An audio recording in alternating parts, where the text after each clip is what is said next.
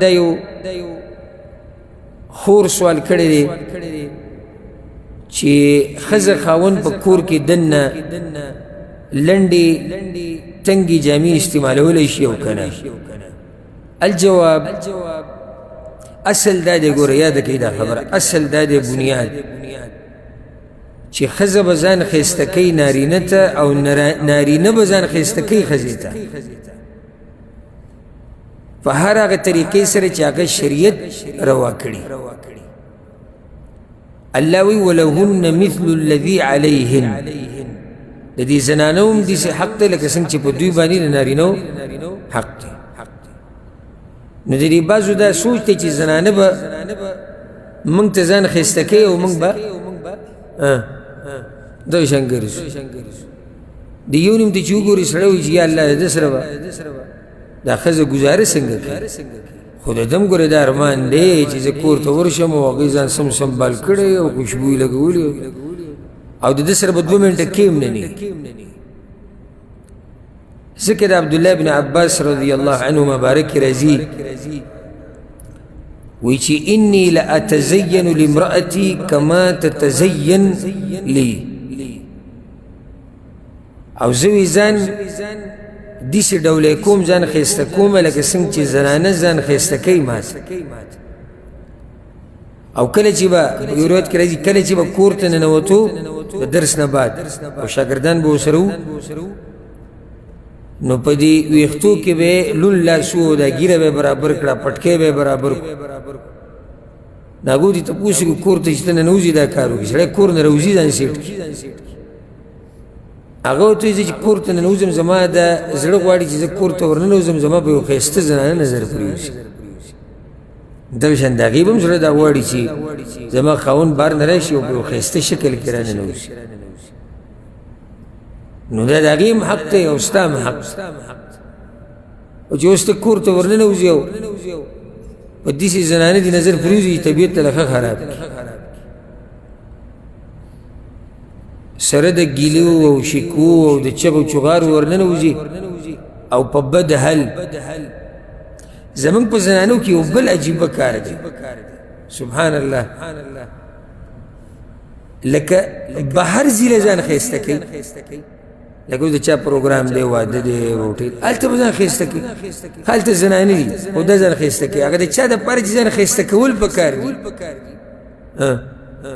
غریب حقه به واده په شپې چې لیدلی و ښایسته بیا د هغې نه بعد قیسه ختمه شي. او ځکه په کور کې که د زنانه 25 جوړې پرتې مزېدارې او خاوند ورته وایي چې دې جوړو کې یو جوړه وچوي دا د غم خادی دي، یعنې تا ته دا اچولو نه دي، دا د غم خادی. خاوند ته یو جوړی د هغې بیخ بنیاد ویستی دغه په مخه په کور کې یو بیا وایي د خاوند را سره زړه نه لګي، نو خود به زړه نه لګي. دا د دې زنانه په لاس کې دي چې د خاوند د زړه خپل طرف ته راکاږي، د الله په توفیق سره او طریقه یې دا ده. دقه شان د خاوند دی چې دی به ځان ښایسته کوي، خوشبو استعمالول، خوله صفا ساتل، چې د زنانه سره کله میلاوي کپړې دې صفایي یا که دې صفا نه وي کپړې ورشه ولا به کپړې صفا کړه، د هغې نه بعد د زنانه سره میلاو شي. اوس یو سړی د کار نه راغی په بد حل و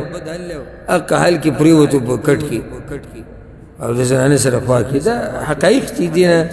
ځان غافله کول نه دي پکار. د دې دلاسې ګوره رشتې کمزوري کېږي، دا وړې خبرې نه دي، رشتې کمزوري شي. خصوصا نن سبا دا دور چې دی د فتنو ده او د نټ ده او د فیسبوک او د ټیک ټاکو دور دی، نو ډېر لږ خلک دي په دعوی سره یې وایم دا مې شک نه دی او دا مې بدګماني نه ده، ډېر لږ خلک دي چې الله د دې فتنو نه ساتلي دي او نور موږ پکې لیدلي دي داسې دعویدار دي د دین، ته به وایي چې څوک دی او هغه هم دا جاخې ټولې ګوري دا فلمونه او دا سندرې والعیاذ بالله. په دې دور کې چې یو سړی په دې فتنو کې اخته او دا زنانه ګوري دا ډمانې دا فحاشې فاسقات فاجرات، نو د هغوی دغه لباس او دغه هر څه د لاسه د خپلې ښځې نه به زړه تور شي. اگر که دا درته ووایم دا خبره یاده کوي چې دا زنانه ده چې د فحاشیانې کوي او د فسق او فجور کوي دوی ګورې یعنی په ګینټو ګینټو میکپ یې او ځانې سسنې کړي د هغې نه بعد بیا دا خلک په فتنه کې وراچي هر چې کور کې کومه زنانه ده نو خو ساده غریبه په دې قیسو نه پوهېږي خو زنانه له پکار ده چې خاوند ته ځان سنبالوي او ځان ښایسته کوي چې د ده دا زړه بل طرف ته نه اوړي خو دا درته ووایم بیا درته هم دا وایم که ستا کور والا تا ته ځان ډېر هم سنبال کړي او ته په دغه فتنو کې پروت یې نو مشکله ده چې ته دې فتنې نه راوځي شیطان به دې پرېنږدي او دغه شان دا فتنه بیا د زنانو سره هم ده دا فتنه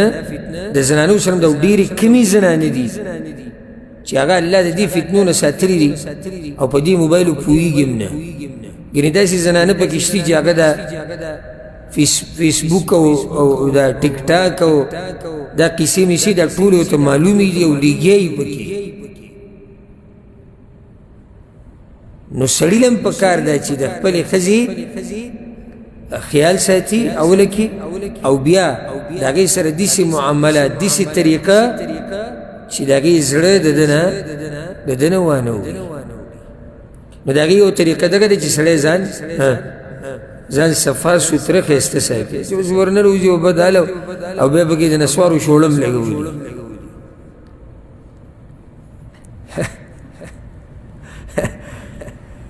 نو هغه خو څه نه وایي نو خو زموږ ښځې خو درنې ښځې دي پښتنې هغه ته خاوند ته ویلی شي چې تا رسخه مینځي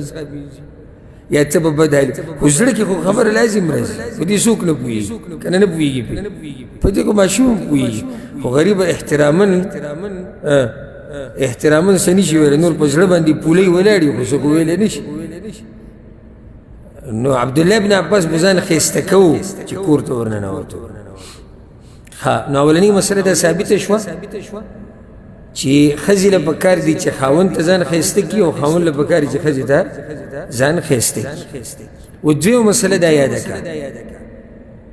دا بنیادي مسله ده چې ښځې له جایز دي چې هغه د خاوند په مخ کې هر قسمه لباس چې اچولی شي او خاوند له جایز دي چې هغه د ښځې په مخ کې که هر قسمه لباس چې هغه اچولی شي دواړه د یو بل په مخ کې هر قسمه لباس اچولی شي اگر که لنډ تنګي اگر که عورت پکې ښکاري او زما مسلې او زمونږ د درسونه ګورې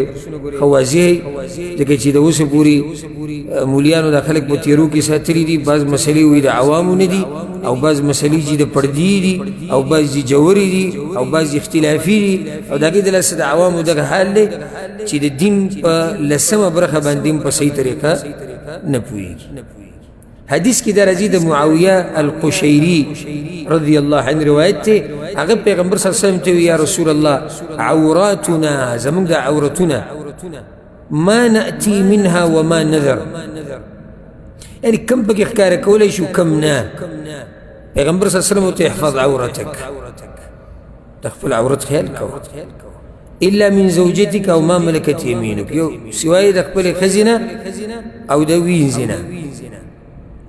درته بیا ویم زه په مخه دی وینځي ټکي سره هم درې بعضو عوامو دا سوچ دي چې وینځه د نوکر او خادمې ته وایي نه وینځه هغه ته وایي چې د کافرانو نه په جنګ کې راوستی شي او په پیسو واخیستی شي پخوا به دا وي اوس نشته نو کور کې خادمه یا نوکره دې ته وینځه نه ویلی کېږي هغه صحابي وي یا رسول الله وی که چېرته دا خلک د یو بل سره ګډوډي نو بیا وی کوشش به کوي چې څوک د عورت ویني هغه صحابي وي یا رسول الله اذا كان احدنا خالیا چې سړی یوازې وی الله احق ان یستحیا منه من الناس بیا الله ډېر حقدار دی چې حیا دې وکړي دا امام ترمذي دا روایت راوړی دی او صحیح روایت الحمدلله دریمه مسله دا یاده کړئ چې دا کپړې که دوی هر قسمه استعمالي جایز دي خو د هغې یو څو شرطونه دي لکه مثال هسې د سړي دپاره هغه کپړې استعمالول ناروا دي چې د ګیټو نه لاندې لکه اوس یو سړی دا مسله واوري چې د ښځې په مخ کې هر قسمه لباس اچولی شي او داسې لباس استعمال کړي چې پنسې د ګیټو نه لاندې دا جایز دي دا خو جایز دي دا بله مسله ده دا ناجایز دي دا حرام دي ښه دغه شان خالص سور رنګ د محققین علماء دا قول دی چې خالص سور رنګ د سړي دپاره ناروا دی نو اوس هر قسمه لباس ته معنی دا هم نه چې سور رنګ دي استعمالوي دغه شان ریخمو کپړې چې د اصلي ریخمو نه جوړ شوي د دې استعمال د نارینهو دپاره حرام دی دغه شان د کافرانو خاص لباس نه به زنانه استعمالوي نه به نارینه استعمالوي او دغه شان هغه کپړې چې هغه د نارینهو دي خاص هغه به زنانه نه استعمالوي او چې د زنانو خاص دي هغه به نارینه نه استعمالوي د دې یو څو خبرو دې پکې خیال وکړي او د دې نه علاوه چې هر قسمه لباس استعمالوي نو هغه استعمالولی شي